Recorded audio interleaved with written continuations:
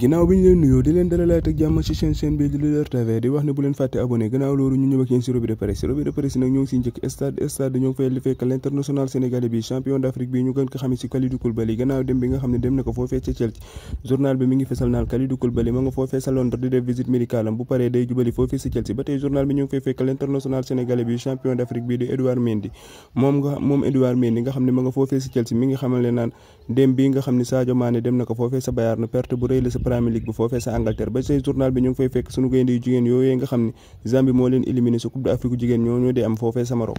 ginnaaw stade dañuy dem record ñoo ngi fay fekk champion d'Afrique bi l'international sénégalais bi ñu gën ko xamee ci Kalidou Koulibaly journal bi nag mi ngi fesal naan Koulibaly lay défi de la droite mooy Koulibaly mi problème défense bi nga xam ne Chelsea amoon na ko Koulibaly mi moo koy saafar ba tey journal bi ñu ngi fay fekk sunu gaynde yu jigéen yooyee nga xam ne éliminé nañ leen ci Coupe d'Afrique jigéen ñoo di am foofee sa Maroc ba tey journal bi ñu ngi fay fekk sunu gaynde yu góor yooyee nga xam ne qualifié nañu sa demi-finale ba sa tournoi boobu day amee sa Afrique du Sud. record dañuy dem suñu làmb nag ñu ngi fay fekk kii di Balla Gaye 2 ñu gën ko xamee ci Lion de Guédiawaye moom Balla Gaye 2 mii nag journal bi mi ngi fisal naan dafa tàqalikoo kii di Thierno Gueye nga xam ne moo ko yoroon ay cimikaayam kii di Balla Gaye 2 nag journal bi mi ngi laajte naan Balla Gaye 2 mii est-ce que nekkul ci danger jàkkaarloo bi nga xam ne war na koo jàkkaarloo Gris Bordeaux mii gannaaw bi nga xamee ne tàqalikoo na kii nga xam ne moo yoroon ay mystikam ginnaaw suñu làmb dañuy jubale réew mi quotidien nag ñu ngi fay fekk suñu gaynde yu jigéen yi nga xam ne éliminé nañ leen sa Coupe d'Afrique jigéen ñoo di am foofee sa Maroc ba tey journal bi ñoo ngi fay fekk l'international sénégalais bi champion d'Afrique bi di Kalidou Koulibaly ginnaaw bi nga xamee ne ma nga foofee sa Londres sa Angleterre di def ay visite médicale am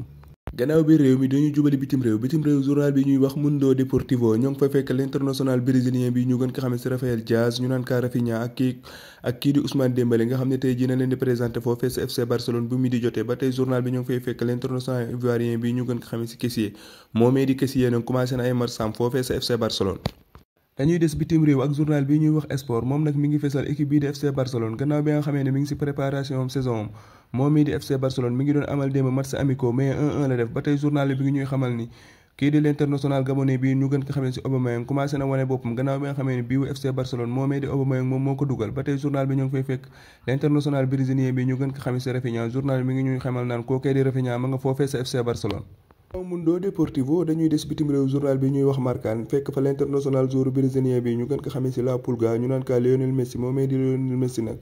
gannaaw bi nga xamee ne contrat am ak Paris Saint-Germain 2023 bii ñu jëm ci la war a jeex dirigeant Paris Saint-Germain yi ñoo ngi sàkku moomee di Lionel Messi mu yokk foofee contrat am ba 2024 nga xam ne dañ leen yokkal benn at bu leen fàttalikoo Lionel Messi mi jot naa amal foofee sa Paris Saint-Germain fanweeri match ak ñeent jot na faa dugal fukki bii ak benn jot na faa def fukki passe ak juróom ci ay passes décisives kooku mooy Lionel Messi.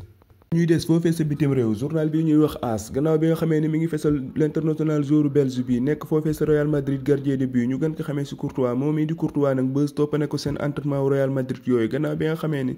dafa jàpp bal bi sànni ko mu dal ci téléphone jaamur daanaka yàq téléphone bi yaxat moom mii di Courtois nag waxuma la dugal bii waaye yàqaale na téléphone jaamur ñoo ngi leen di jaajëfal ba beneen ak yeneen i revue de presse jërë ngeen jëf